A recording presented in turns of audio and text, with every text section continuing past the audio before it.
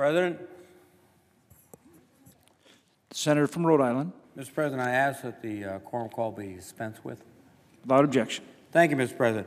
Mr. President, I rise to discuss the Trump administration's irresponsible plans to dismantle net neutrality.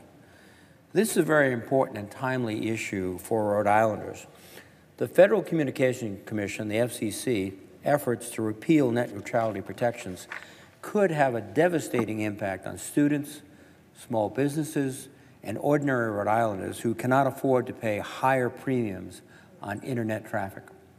I have joined many of my Democratic colleagues in urging the FCC to abandon its reckless plan because it would radically alter the free and open internet as we know it, and be an abdication of the FCC's responsibility to protect consumers. Net neutrality does something incredibly important. It requires internet providers to treat all data online equally.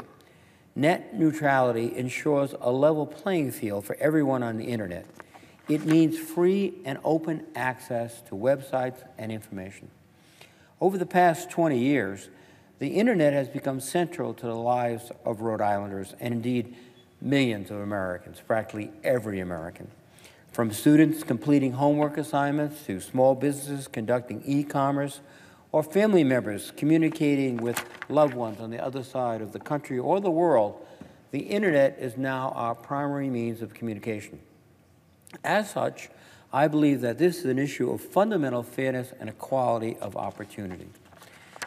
This proposed repeal of net neutrality undermines the principles of a free and open internet and could be an unprecedented giveaway to big broadband providers, benefiting a few large corporations at the expense of their customers who use and rely on affordable access to the internet every day. Net neutrality protections also ensure that all content is treated equally. Without these rules, large internet service providers may choose to block, throttle, or prioritize certain internet traffic. Without these protections, big internet service providers will be given the power to erect virtual toll booths for some customers and fast lanes for others.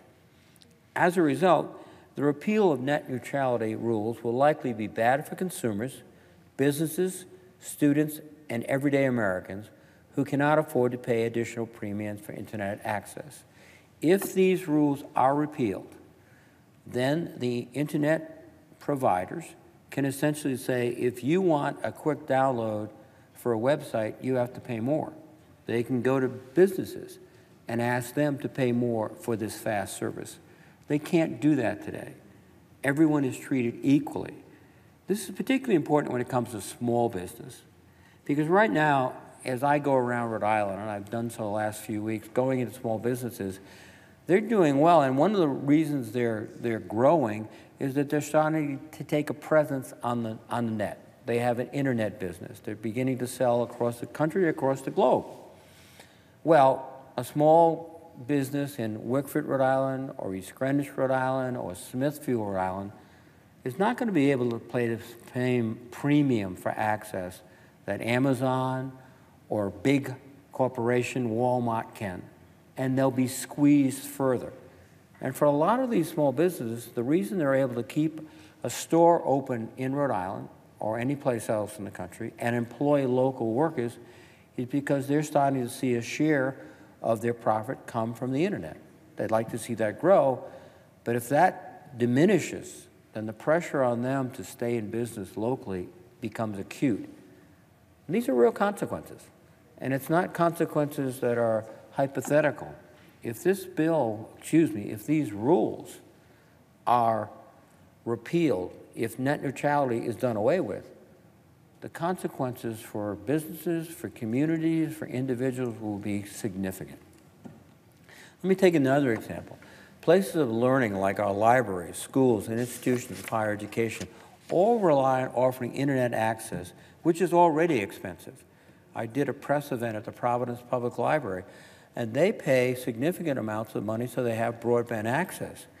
And it is a mecca for everyone to come. In fact, the head librarian told me they will have people sitting on their doorsteps in the middle in the morning before they open and after they close to see if they can get a broadband signal from the library. Why are they doing that? Well, you can't get a job today unless you can get online, because that's where they post job openings. That's where you have to send your resume. That's where you have to get the response back whether you have a job interview. If you can't get on the internet, the chances of getting a job are close to zero today.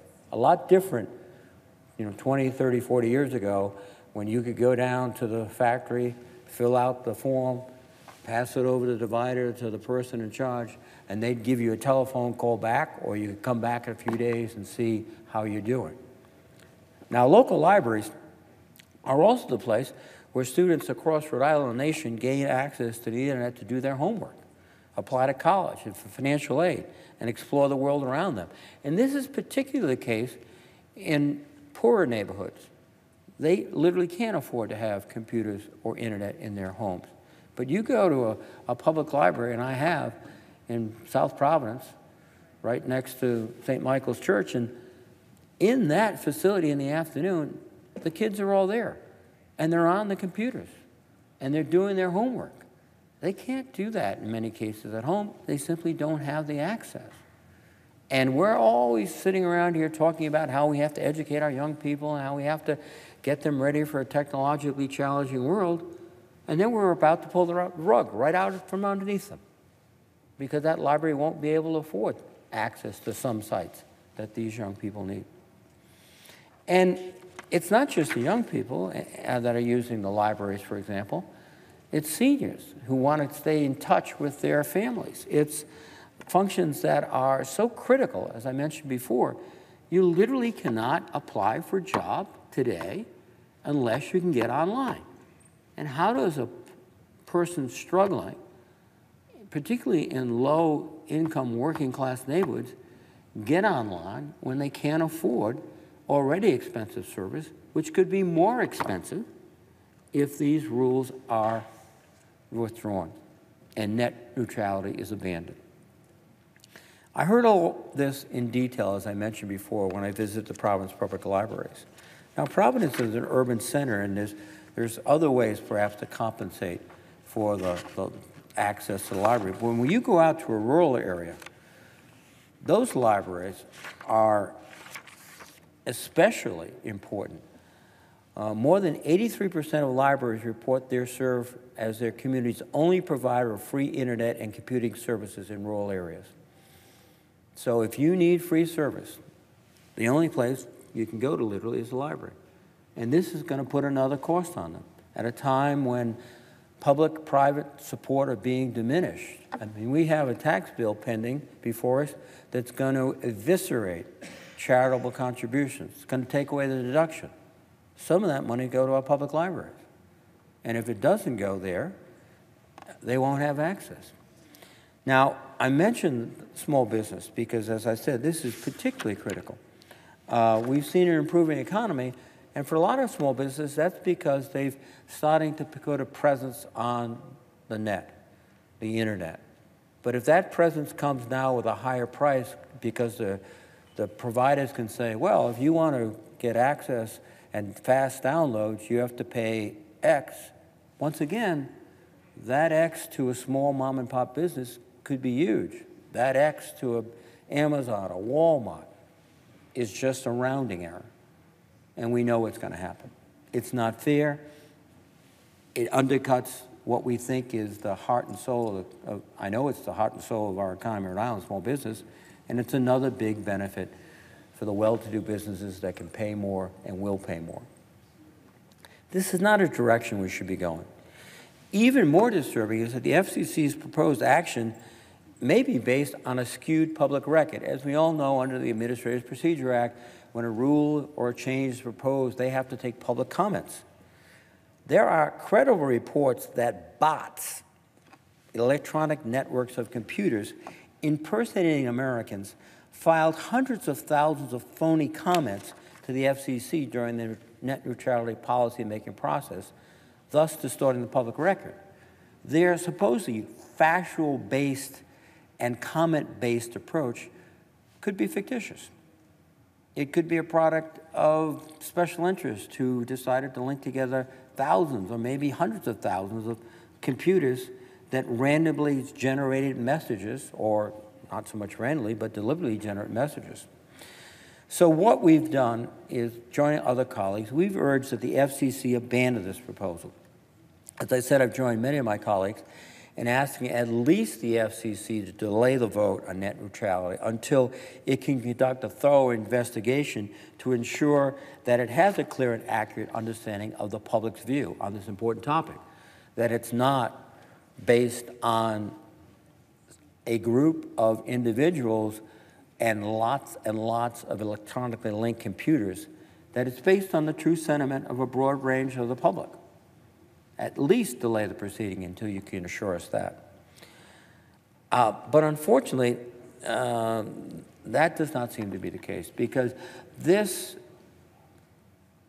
attempt appears to be part of a larger program which the Trump administration is using to roll back regulations that protect ordinary working men and women throughout the country.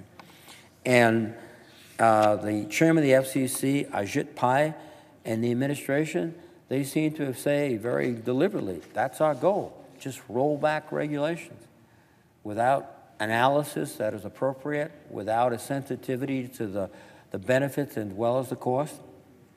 So my view is, rather than trying to limit access to the internet, they should be doing things to make it easier, making it cheaper for small business, for libraries, for individual Americans to get on and to use the internet, not to take advantage of the rulemaking process to fatten the bottom line of big companies that are doing quite well already.